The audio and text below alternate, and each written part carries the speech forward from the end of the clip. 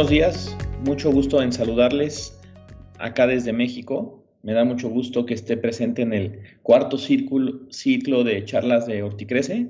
Mi nombre es Félix Tarratz, soy director general de SEICOR en México y la idea de la charla es compartirles la experiencia que tenemos en México y platicarles un poco de la influencia de los factores ambientales en el potencial productivo de cultivos hidropónicos. Entonces, vamos a empezar con la presentación. Bueno, vamos a ver 3 temas importantes en la agenda. Vamos a ver primero los aspectos fisiológicos de importancia de las plantas, luego los factores climáticos de importancia y algunas recomendaciones prácticas que creo van a ser de utilidad para el manejo de invernaderos.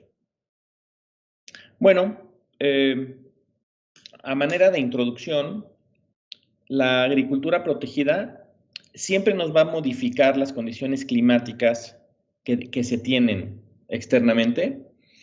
Llamamos agricultura protegida porque nos protegen los cultivos de factores externos, pero a veces esta protección, a veces no tenemos las condiciones ambientales ideales. Y principalmente suceden 3 cosas cuando producimos bajo invernadero. Uno es que se reduce la radiación y la velocidad del aire. Esto porque tenemos una cobertura que está reduciendo la luz y reduce la velocidad del aire porque prácticamente en todos los invernaderos, prácticamente el mundo, nos protegemos de las plagas a través de mallas anti-insectos, mallas antivirus. Entonces nos modifica el aire. Por esto se incrementa también la temperatura del invernadero y la presión de vapor de agua. Tenemos un clima más agresivo. Y también se modifica la concentración de CO2. Entonces, principalmente suceden estas 3 situaciones y cada uno de estos cambios tiene su propio impacto sobre la productividad y calidad del cultivo en invernadero. Entonces, ¿qué hemos hecho para minimizar esto en los últimos 20 años, 25 años que llevamos produciendo en México? Quiero decirles que la agricultura protegida en México empezó fuertemente por ahí de 1995 y empezó porque se libera el comercio con Estados Unidos y entonces somos un país exportador hacia Estados Unidos y Canadá. Y entonces pues empezó este desarrollo de agricultura protegida.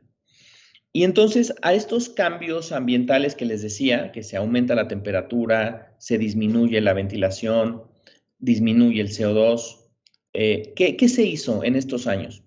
Pues se construyeron invernaderos más altos, con más volumen de aire y más luz, para que sean más frescos, con sistemas de riego más precisos, con una hermeticidad de las estructuras importante, plásticos con más tecnología para tener exactamente la cantidad de luz que queremos. Y también puse canaletas elevadas porque todo lo que es hidroponía tenemos que recolectar el drenaje y volverlo a usar.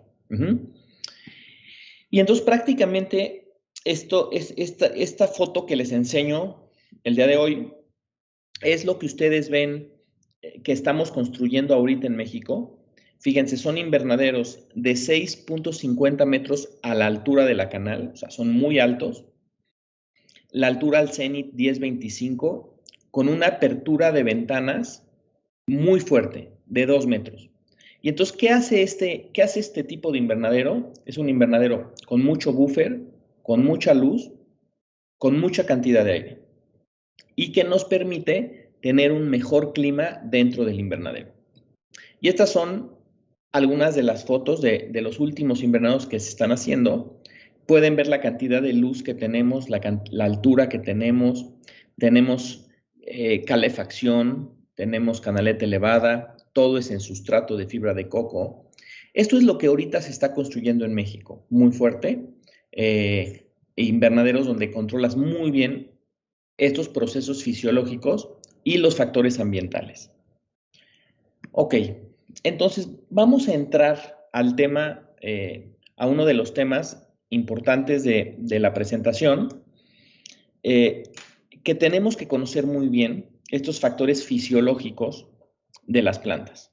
¿Para qué los tenemos que conocer? Para saber cómo trabajan las plantas, y sabiendo cómo trabajan las plantas, ¿qué nosotros tenemos que hacer como agrónomos para que produzcan lo mejor posible? Entonces, uno de los aspectos fisiológicos más importantes es la fotosíntesis, que es, aquí está la fórmula de la fotosíntesis, ¿no? Que principalmente es CO2 más agua, que es H2O, con la energía de la luz, nos da como resultado energía, o carbohidratos, o asimilatos. Entonces, las plantas son los únicos seres vivos capaces de transformar esta energía del sol en una energía química que podemos usar. Este es un proceso de la planta que solamente funciona en el día. Como dice aquí la presentación, la fotosíntesis requiere luz. La luz nos da la energía para cambiar el CO2 y el agua en azúcares. Por lo tanto, la fotosíntesis solamente toma lugar en el día. Si hay un aumento de la actividad fotosintética, significa que la planta crece más rápidamente y muchas nuevas células pueden hacerse. La fotosíntesis también puede estar influenciada por diversos factores ambientales como luz, como CO2, como agua, que vamos a ver un poquito más adelante. Entonces, estos son los factores que influyen, los principales factores que influyen en la fotosíntesis, que es la luz, el CO2, la temperatura y el agua. Ok, luego, ese es el proceso de fotosíntesis. Y luego tenemos otro proceso importante, que es la respiración. La planta respira y en este proceso los azúcares son consumidos. Quiere decir que es un proceso inverso a la fotosíntesis porque toma la energía que nos dio la fotosíntesis, toma la energía y libera CO2. Entonces, la respiración toma lugar en todas las partes de la planta, también en las raíces. La respiración produce CO2 y es un proceso inverso a la fotosíntesis, en donde también consume esta energía y comparte acciones del desarrollo celular. Entre mayor es la fotosíntesis, mayor es la respiración necesaria. ¿Ok? Una de mis preguntas en las charlas es, bueno, ¿y cuándo sucede la respiración? Pues sucede las 24 horas. Entonces quiere decir que tenemos un proceso que es fotosíntesis, que solamente funciona en el día cuando hay luz, y tenemos un proceso que es la respiración, que nos roba esa energía y que la planta está haciendo este proceso de respiración las 24 horas. Y luego hay otro proceso importante fisiológico, que es el crecimiento y el desarrollo. El crecimiento se refiere al incremento en tamaño, largo, área, peso. Es todo de la planta lo que crece. Crece la raíz, crece el tallo, crecen las hojas. Y los factores que más influyen es la luz y el CO2 en este crecimiento. Y luego tenemos el desarrollo, que es un proceso relacionado a la iniciación de nuevos órganos en la planta, por ejemplo, las hojas o las flores. Es la transición de una fase de una fase del ciclo de vida a otra, por ejemplo, de una semilla a plántula, y a este desarrollo lo llamamos germinación. Y el principal factor ambiental que influye es la temperatura. Pero este proceso de crecimiento y desarrollo también nos roba energía.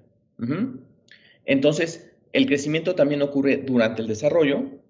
En algunos casos, solamente hay desarrollo sin haber crecimiento, aunque normalmente siempre hay un incremento de largo, de volumen, de peso.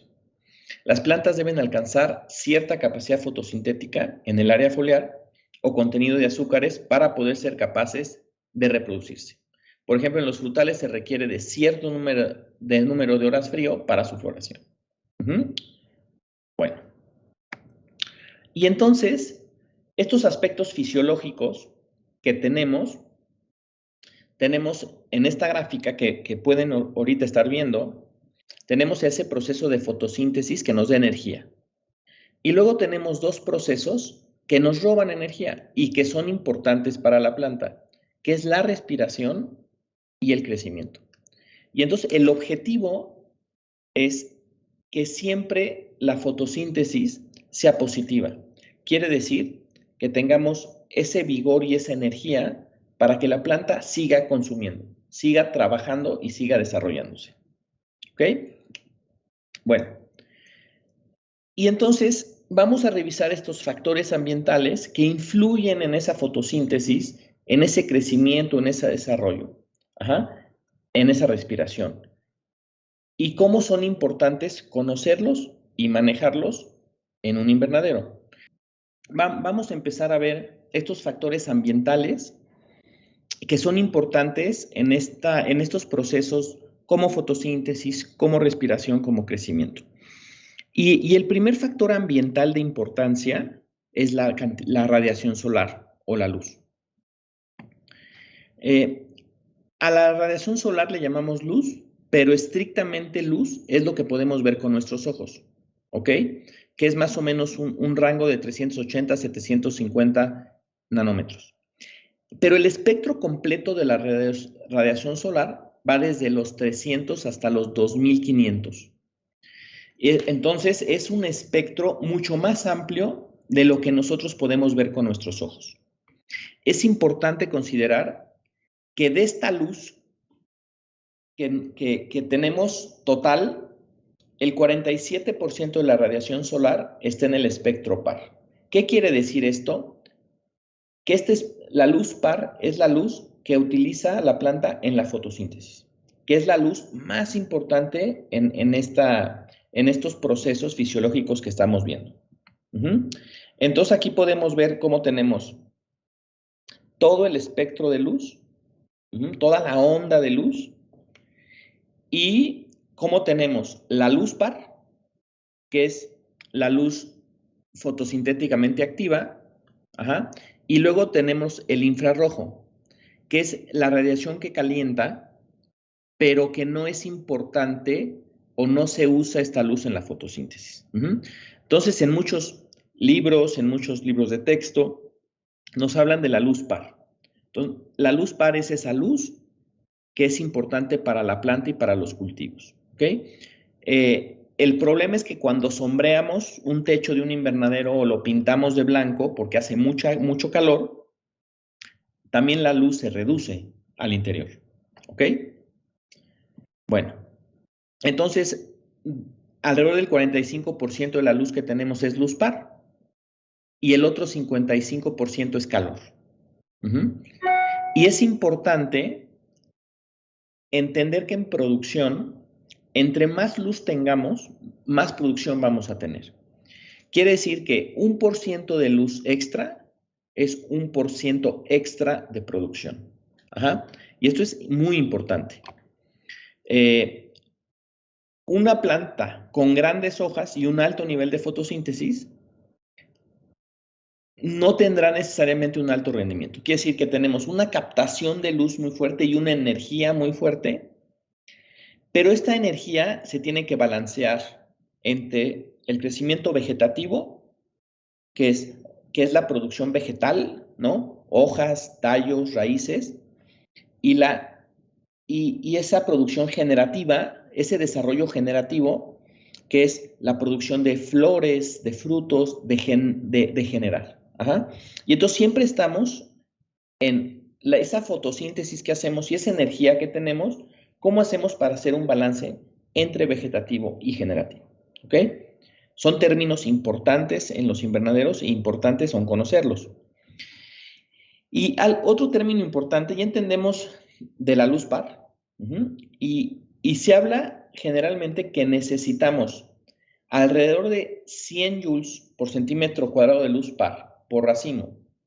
Es decir que si en una planta de tomate, por ejemplo, madura, tenemos unos 7, 8 racimos, quiere decir que necesitamos unos 800 joules por día para poder cumplir adecuadamente las necesidades de la planta. Esto desde luz par. Quiere decir que un día, por ejemplo, de 1600 joules, 1500, 1600 joules, para una planta madura de tomate debería de ser suficiente. Ajá, porque estos 800 joules que yo hablo es de luz par, que es más o menos la mitad. ¿Ok? En invernaderos tenemos dos medidas importantes de luz, que son watts, que es una medida de intensidad de luz en el momento, y tenemos una medida que son joules, que es una medida de acumulación de luz. ¿Ok? Esta acumulación de luz es lo que yo estoy hablando de los 800 joules de luz par para un cultivo en producción de tomate. ¿Ok? Y aquí es una gráfica que me gustaría compartirles hoy para que vean ustedes cómo está ligado totalmente nuestro rendimiento con la luz. ¿Ok? Entonces, aquí podemos ver en la gráfica gris, ¿sí? Cómo tenemos los kilos por metro cuadrado. Este es un cultivo de tomate en racimo. Le llamamos TOV o Tomato on the Vine. Quiere decir que se vende como racimos de 5 o de 4. Es un tomate de 170, 160 gramos. Y aquí pueden ver los rendimientos por metro cuadrado. Esto es de Seicor. Y como en agosto que empezamos la producción, está 1.95, luego sube a 2 kilos por metro cuadrado. Y luego como empieza a bajar la producción, porque empieza a bajar la luz.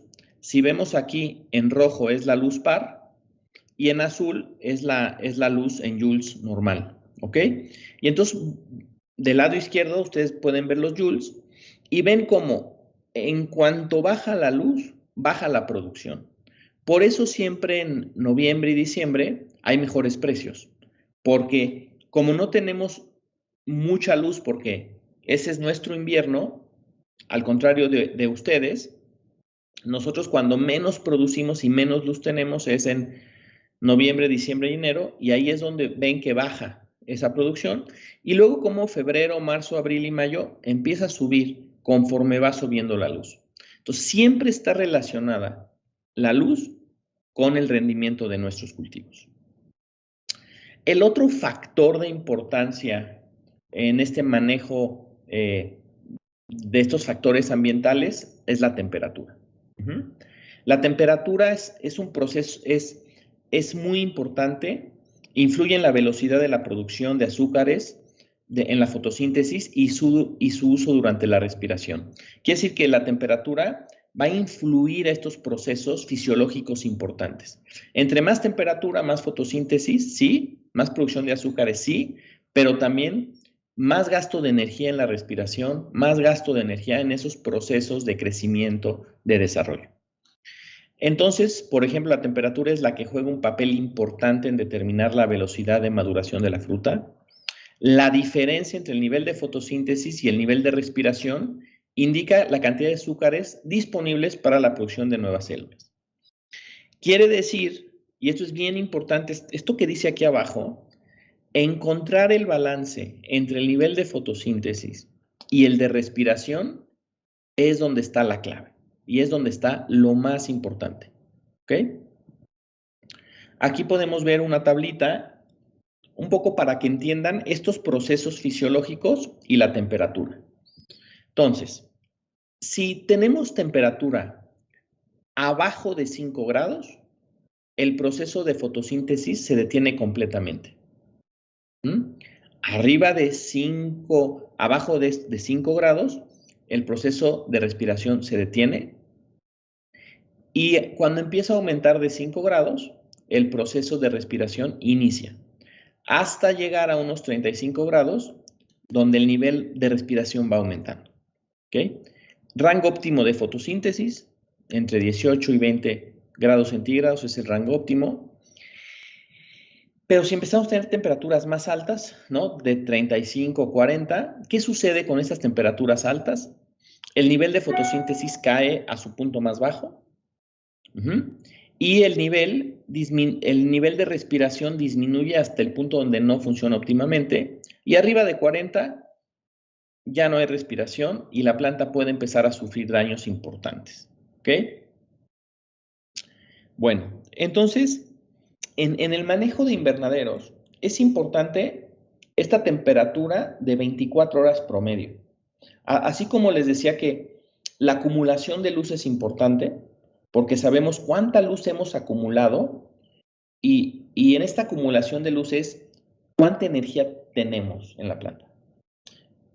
Y otro término muy importante es cómo regulo esta temperatura de 24 horas para que vaya en balance con la luz que tenemos.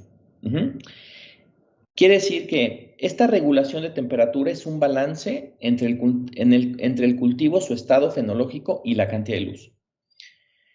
En plantas pequeñas, temperaturas relativamente altas, promedio, ayudan a tener un buen ritmo, un buen crecimiento con un buen ritmo. Y es ideal para un buen desarrollo. Quiere decir que en plantas chicas podemos tener temperaturas de 24 horas más altas.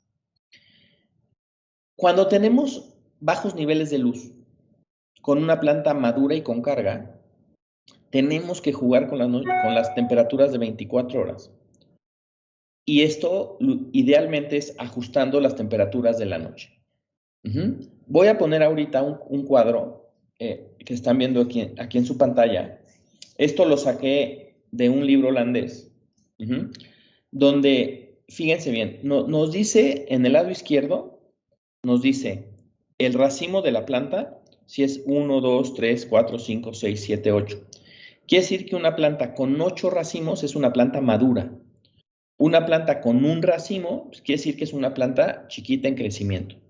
Y luego viene la cantidad de joules acumulados, 100, 200, 300, 400, 500 o 1000 joules.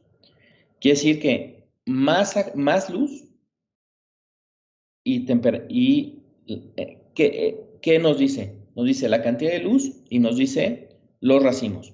Y luego, los datos que tenemos ahí es las temperaturas de 24 horas, promedio. Entonces, por ejemplo, si tenemos un racimo con 100 joules, una temperatura de 17.3 es recomendable. Pero si tenemos una planta cargada con 8 racimos, con esos mismos 100 joules, nos dicen que tenemos que bajar esa temperatura promedio. ¿Para qué? Para que la planta no se desgaste. Entre más carga y más luz, entre más carga tenemos, la temperatura promedio es más baja que si tenemos menos carga. Y entre más luz tenemos, más temperatura promedio podemos tener. Entonces, siempre en un invernadero jugamos con el balance de la planta, la carga que tenemos, la luz que tenemos y la temperatura de 24 horas que yo estoy haciendo día con día. Entonces, bien importante monitorear la luz y bien importante monitorear la temperatura promedio de 24 horas. ¿Ok? Bueno, entonces ya vimos luz, vimos el otro factor que es la temperatura, y ahorita vamos a ver el tercer factor que es el CO2.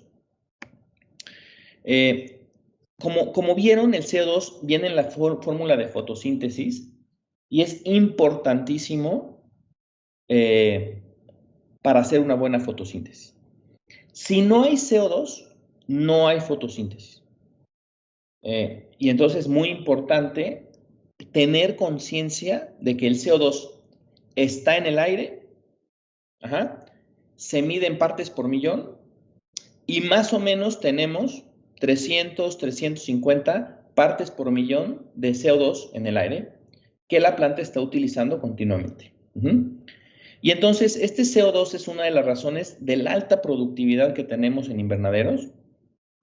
El CO2 más el agua se combinan para formar carbohidratos y oxígeno. Y como les decía, se mide en partes por millón y más o menos 400 partes por millón de CO2 equivale a 732 miligramos por metro cúbico, entre metro cúbico. Bueno, y aquí podemos ver cómo se ha ido incrementando el CO2 durante los años, un poco por la contaminación, ¿no? Si ven, en el año 1750 teníamos 280, luego subió a 330, 360, 400, y por ahí dicen, depende del lugar y la zona, que estamos alrededor de las 400 partes por millón de CO2. Bueno, entonces, a pesar de la importancia del CO2, como les decía, es muy importante, se ha prestado poca atención a esta denominada nutrición carbónica que hacemos en los invernaderos. Se sabe que la velocidad de crecimiento de la planta decrece mucho cuando la concentración mínima de CO2 desciende por debajo de 300 partes por millón. Pues, ¿por qué desciende mucho este crecimiento? Pues porque no hay energía, no hay fotosíntesis. Y además, la mayoría de los cultivos producen mucho más cuando la concentración de CO2 disponible excede este nivel. Hace muchos años se empezaron a hacer pruebas en laboratorios aumentando el nivel de CO2 y al aumentar el nivel de CO2 aumentaba la fotosíntesis, por tanto, aumentaba la producción. ¿Ok? Y fíjense aquí algo bien importante que es en el manejo de este ambiente del invernadero o este clima del invernadero, es que se estima que la tasa de crecimiento del tomate bajo condiciones normales de luz disminuye el 80% cuando la concentración de CO2 disponible cae por debajo de 100 partes por millón. Entonces, 80% es muchísimo que disminuye. Y se creía que aumentaba el 20% cuando la concentración alcanzaba 1000 partes por millón. Pero se ha descubierto últimamente que entre 800 y 900 ppm los estomas comienzan a cerrar porque es también un estrés para la planta. Y la respiración disminuye y la temperatura de la planta aumenta. Entre 1500 y 2000 partes por millón el cultivo mostrará síntomas de quemaduras por alto CO2, para que entiendan los rangos.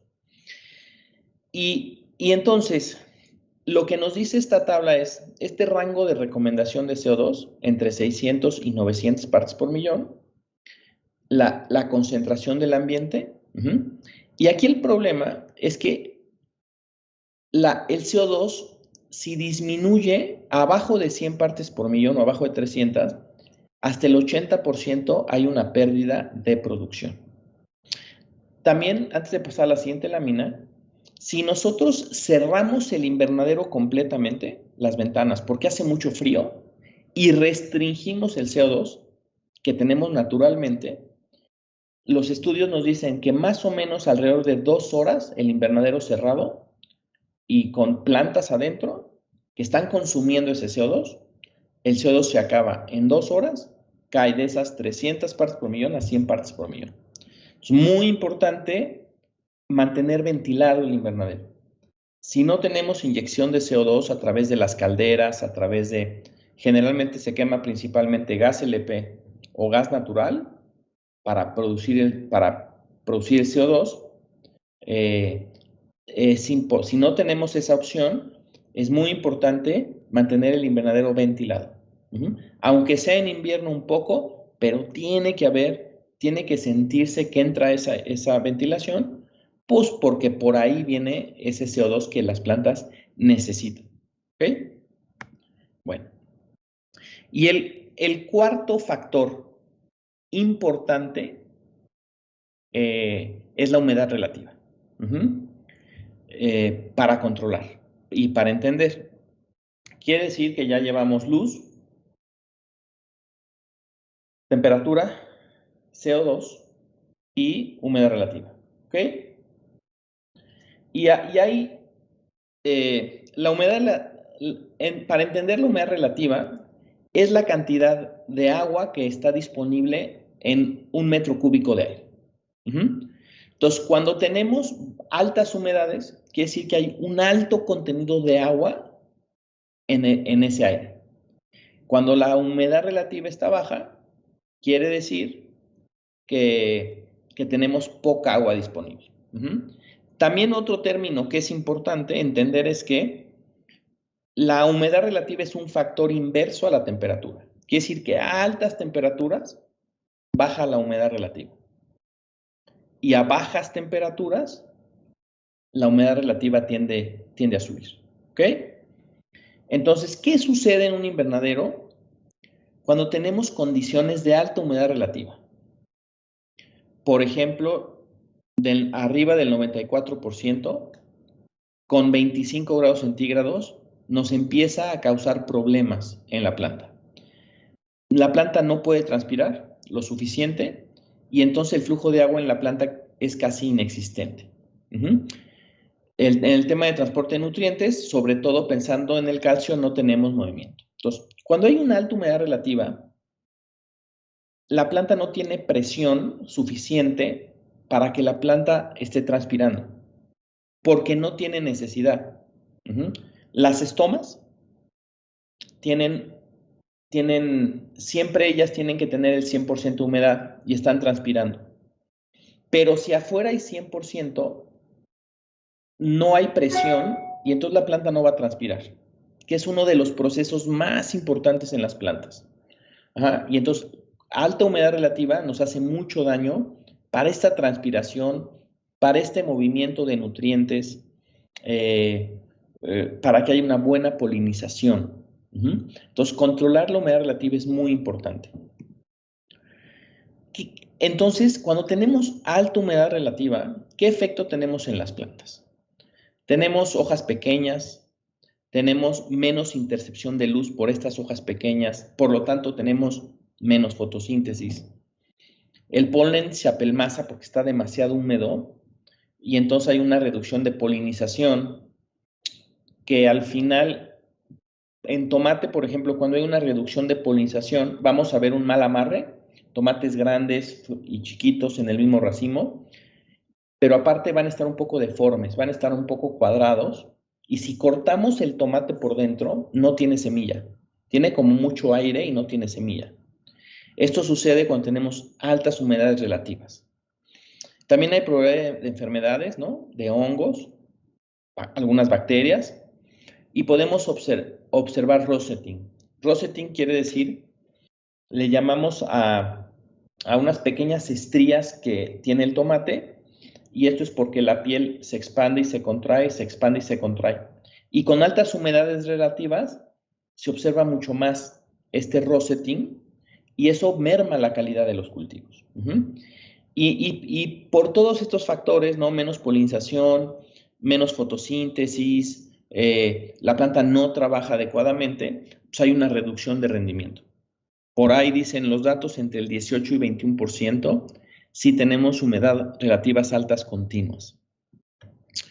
Y también lo mismo sucede cuando tenemos bajas humedades relativas, ¿no? El aire seco crea una alta demanda de evaporación, lo que lleva a la planta a estar en estrés. Quiere decir que hay mucha presión y entonces la planta tiene que estar jalando el agua para estar transpirando. Esta alta demanda de evaporación también nos roba energía. Y si la planta no está pudiendo con esa transpiración, ¿qué va a hacer la planta? Va a cerrar parcialmente los estomas para reducir la transpiración, y esto significa también que hay una resistencia al flujo de CO2. Quiere decir que cuando hay muy baja humedad relativa, la planta está transpirando, pero llega el momento en que ya no puede. La cantidad de agua que está succionando de las raíces ya no puede, y entonces la planta, para protegerse, va a cerrar las estomas. Pero cuando cierra las estomas, va a haber una resistencia también del flujo de CO2 y la planta se va a empezar a calentar, se va a empezar a afectar. Entonces, como les decía, hay una reducción también en la fotosíntesis. La elongación de la célula se reduce, resultando hojas pequeñas que no pueden interceptar suficiente luz. Hay un efecto de reducción en el rendimiento y en tomate observamos una reducción del peso fresco del fruto. Sí hay mejor sabor porque hay una acumulación de azúcares por el estrés, pero también podemos tener blossom end rot o pudrición basal en los frutos. ¿Ok? Entonces, no nos gusta ni alta humedad relativa ni baja humedad relativa. El tomate le gusta estar entre el 60 o 70% de humedad relativa, con una buena luz y un buen flujo de aire. Siempre les digo yo, cuando estoy en los invernaderos, si uno se siente bien, si uno se siente con un clima fresco, con un clima agradable, las plantas están bien. Si entramos al invernadero y se nos empañan los lentes o lo sentimos todo bochornoso, con una alta humedad, entonces, ¿qué hacemos? Pues no nos sentimos cómodos. Y entonces la planta al igual no se siente cómoda. Entonces, Estos factores ambientales, temperatura, humedad, luz y CO2, es muy importante que los controlemos en la producción de invernaderos, y que los entendamos. Bueno, y entonces, ya en la última parte de la charla, algunos consejos sencillos y prácticos. Acuérdense que acá en Seicor, en México, donde tienen su casa, y siempre es un gusto recibirlos. Tuvimos hace algunos meses un curso que dimos para ustedes. Tenemos la universidad, ¿no?, donde damos los cursos, pero también tenemos invernaderos y donde podemos compartir esa parte de experiencia, esa parte de como productores, ¿no? Y entonces van algunos consejos que creo que son importantes en la producción y que nos pueden ayudar. Primero, el manejo de sombra en verano. En México tiende a hacer mucho calor en verano. Acá en México el verano es abril, mayo, junio, julio. Es una época de mucho calor y todavía no vienen las lluvias. Y nosotros hacemos un sombreo en estos meses. Quiere decir que pintamos una pintura blanca especial al techo del invernadero. Pero uno de los errores es que se sombrea demasiado. Porque tú cuando sombreas mucho, la planta se ve bien, pero no te va a producir porque no tiene la luz suficiente. Entonces, el primer consejo es recordar que 1% de luz es 1% de producción. Entre más luz tenemos, más producción tenemos. Otro concepto importante es que nunca hay un exceso de luz. Se pintan los techos porque hay un exceso de temperatura y queremos bajar la temperatura, pero no hay un exceso de luz. La planta no dice, uy, ya es muchísima luz, ya es... No. Entonces, eso es muy importante entender. Y el consejo es, hay que sombrear lo menos posible. Quiere decir que hay que estar en el límite. Y mientras más luz, más energía. Quiere decir que si pueden tener mediciones de luz donde puedan medir la cantidad de sombra que van teniendo, es importante para que tengan una referencia. Oye, este año me bajó mucho la producción. Bueno, pues ¿cuánto pintamos? O este año estuvo muy bien. Pues ¿cuánto pintamos? Lo normal en México es en verano, en estos veranos muy calientes con mucha luz, pintamos alrededor de un 30%, 30-40%, ¿ok? Y entonces, si pintamos más de esto, 50-60%, la planta se va a ver bien, pero se va a debilitar y por lo tanto se va a enfermar. Entonces hay que tener mucho cuidado. Entender que la luz es producción. Ok.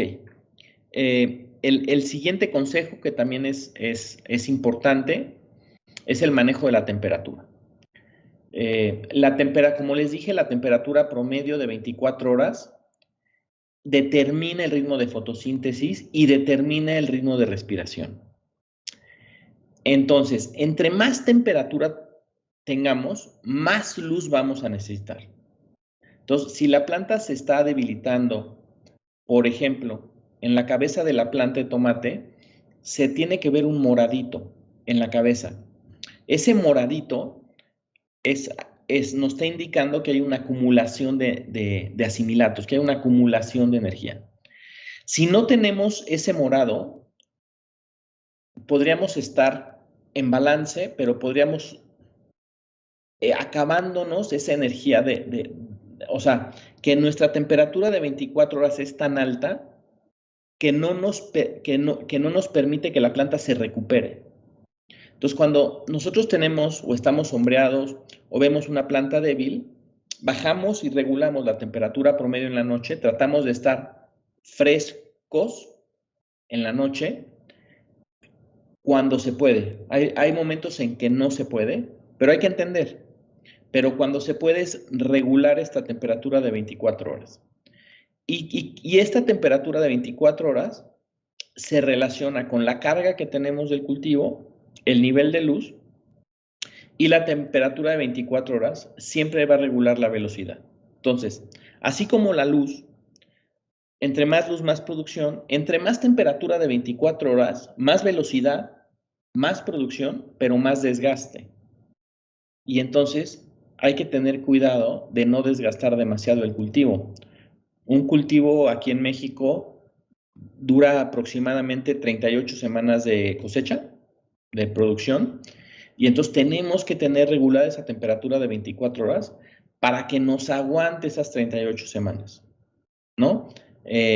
Si nos acabamos la planta porque tenemos mucha temperatura, pues en vez de 38 semanas llegamos a 30 o a 25 y al final esto afecta. Entonces, cuidar esta temperatura de 24 horas es muy importante. Más o menos en tomate manejamos una temperatura de 24 horas entre 19 a 20, lo ideal. Quiere decir que lo ideal serían las noches entre 15 grados, 16 grados y el día 27. Y esa temperatura de 24 horas, más o menos, unos 19, 20. Eso sería lo ideal. En invierno a veces bajamos más en la temperatura de la noche, nos vamos más fríos porque hace mucho frío afuera y el día 22, 21, 20. Todas nuestras temperaturas de 24 horas se bajan. Y en verano, pues tenemos días, por ejemplo, ahorita llegamos a 30 grados y las noches son de 16. Entonces tratamos de estar por ahí de 21, 22. Pero en ese rango es lo ideal para el cultivo de tomate.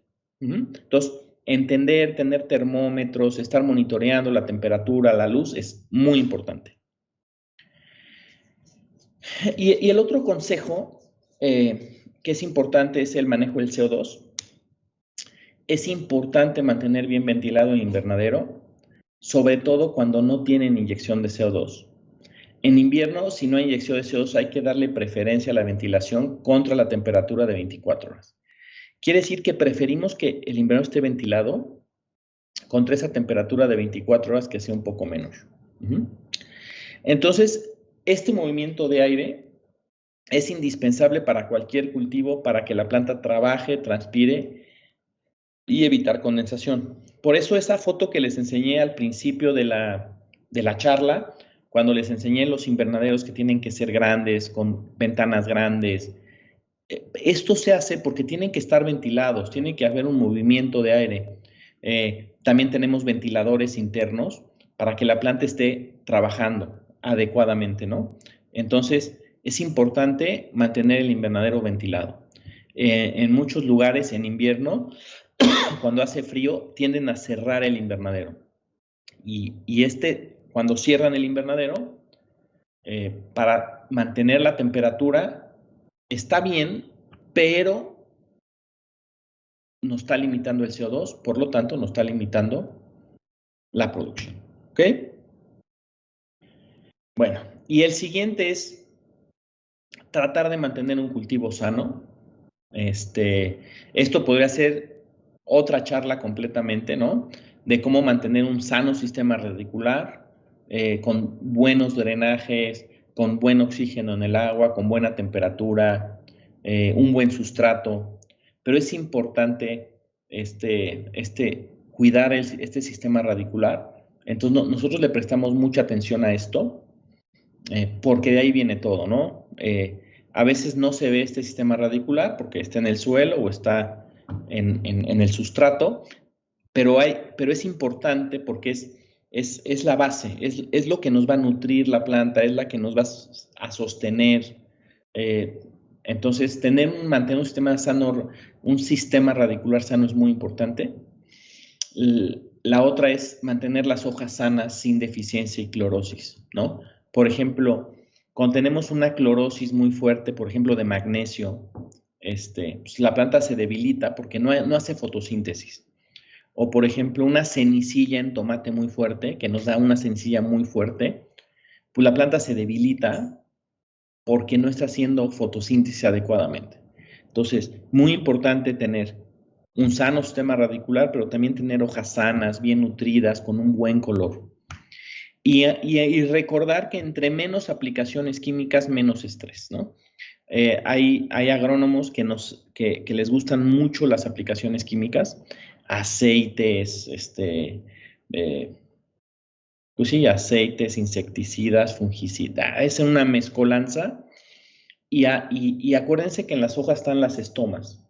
Entonces, cuando hay estos químicos van a la planta no le gusta. O cobres, azufres, no le gusta.